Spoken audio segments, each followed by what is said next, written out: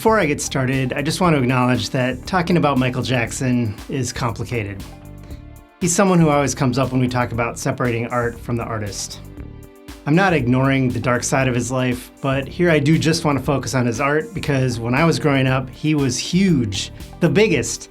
They literally called him the King of Pop, and nothing was bigger than his 1982 album, Thriller.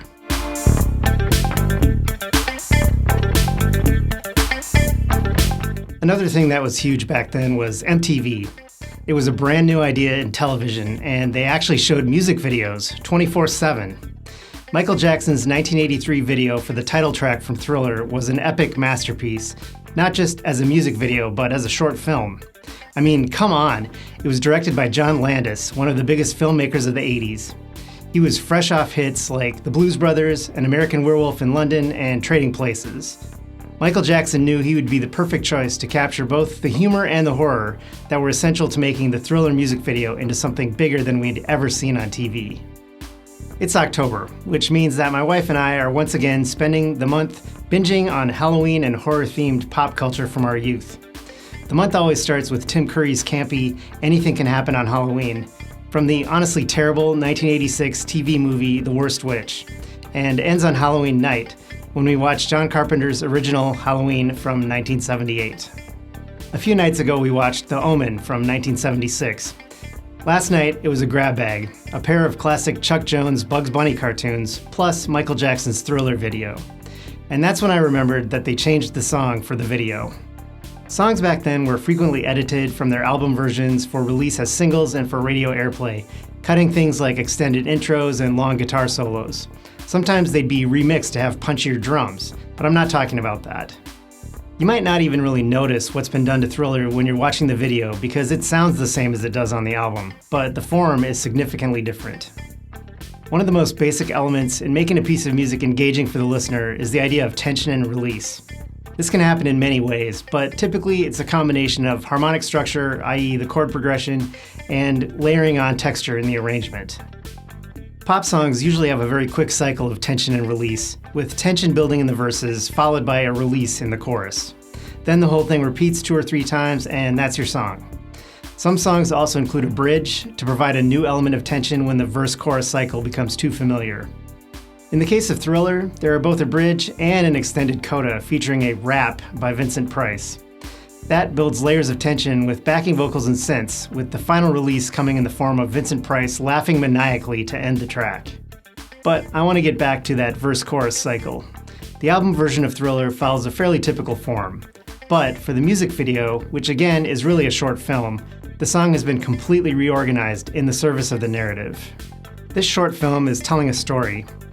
At the beginning, we see Michael Jackson and his girlfriend in the 1950s driving in his convertible late at night when they run out of gas on a dark country road. After professing their love for each other, Michael confesses that he's different. Then the full moon emerges from the clouds and he transforms into a werewolf. As the horror builds, we cut to the audience inside a movie theater, present day, that is 1983. Michael and his girlfriend are there watching the movie. Michael is delighted, eagerly chomping his popcorn, but his girlfriend is disturbed by the movie and wants to leave. Cut to the exterior of the theater. Michael and his girlfriend walk down a dark street and the song begins. The girlfriend is sullen and still a bit shaken by what she's seen, but Michael entertains her by singing and dancing with lyrics about relishing watching a horror movie. But wait, something's off. The chorus never comes. It just goes straight into the next verse, and the next. With the song becoming the backbone of the narrative of the short film, we can't get to the chorus yet because there's only one main climax in the narrative flow of a story like this. Yes, I made a spreadsheet. In the spirit of the 1981 Genesis song Abacab, if we were to map out the basic structure of the album version of the song, leaving out transitional elements like the intro and the turnaround, the form is A, B, A, B, C, A, B, B, D.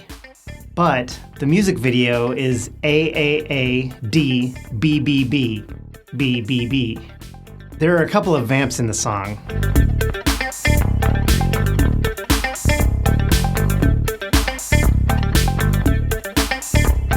One at the beginning, which establishes the basic feel of the verses, and one at the end, under the Vincent Price rap. Those vamps get stretched massively in the video, especially the one from the end, which plays under the extended zombie dance sequence that forms the famous centerpiece of the video. A few elements of the album version don't appear in the music video at all, specifically the opening horror sound effects and rising synth chord intro. Only the horn riff at the end of the intro makes it into the video, and it's at the absolute end. There's also a brief turnaround after the first chorus, going back into the second verse. Most notably, there's an entire bridge section that starts at 2:46 in the album version that's completely omitted from the video. This bridge serves an important role in the overall building of tension and release in the song, but it really doesn't have a place in the narrative flow of the video, so they just left it out. Of course, the most striking thing about the version of the song in the music video is that all three verses are lumped together at the beginning, followed by Vincent Price's rap, and that section gets stretched out with a long vamp. Once the chorus finally does arrive, we get a lot of it. 3 times in a row, and then again during the credits, 3 more times in a row. In the album version, the chorus appears immediately after each verse, with just a single repeat before the rap at the end. From a purely musical perspective, the video version seems like a really weird way to structure a song, and it is. But again, you have to look at the narrative flow of the film, and how each section of the music serves that narrative. Michael's girlfriend walks out of the horror movie, and as she's walking home, he tries to persuade her that it's all just fun. The verse is the music underlying that part of the story. But wait, the zombies are real, and they're escaping from the cemetery. Vincent Price's rap and the funk groove under it are the soundtrack of the zombie dance. The girlfriend's fear builds again as the zombies close in.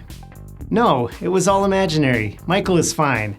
The chorus reassures us that even though it's scary, it's all in good fun. Tension released. Except, maybe not.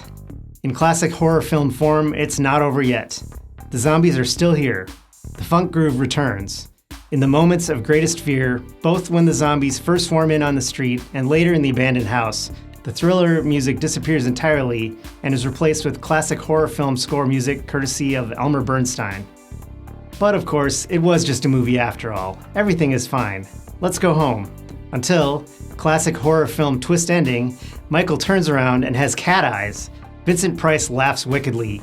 Cue end credits, where, of course, we are treated to the reassuring release of the chorus so we can go home without fear. Think about the narrative flow of this short film, and then try to imagine telling the same story with the original structure of the song.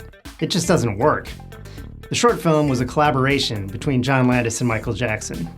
I have no idea if Michael Jackson went into the project anticipating editing the song this heavily, or if John Landis had to persuade him that it was necessary to make the story hang together. But either way, it was a genius move, and I bet most people watching didn't even notice how radically altered the song was. One side note before I wrap up here. I noticed when we were watching that the video has 1 billion views on YouTube since it was uploaded 16 years ago, which just, wow. I also noticed that it's in 4K, but wait, 16 years ago, 2009, there's no way that this video was uploaded to YouTube in 4K 16 years ago. No mere mortal can replace a video on YouTube with a new version and keep the same URL, post date, and view counts. YouTube apparently has special rules for videos like this, which, honestly, I get. It's fine. And the video looks absolutely fantastic. If you've never seen it, or if you haven't seen it since 1983, you really should check it out. Link in the description below. As for this video, that's all. As always, please hit like and subscribe, leave a comment, and check out the description for other ways to support the channel, like buying this t-shirt. Thanks for watching.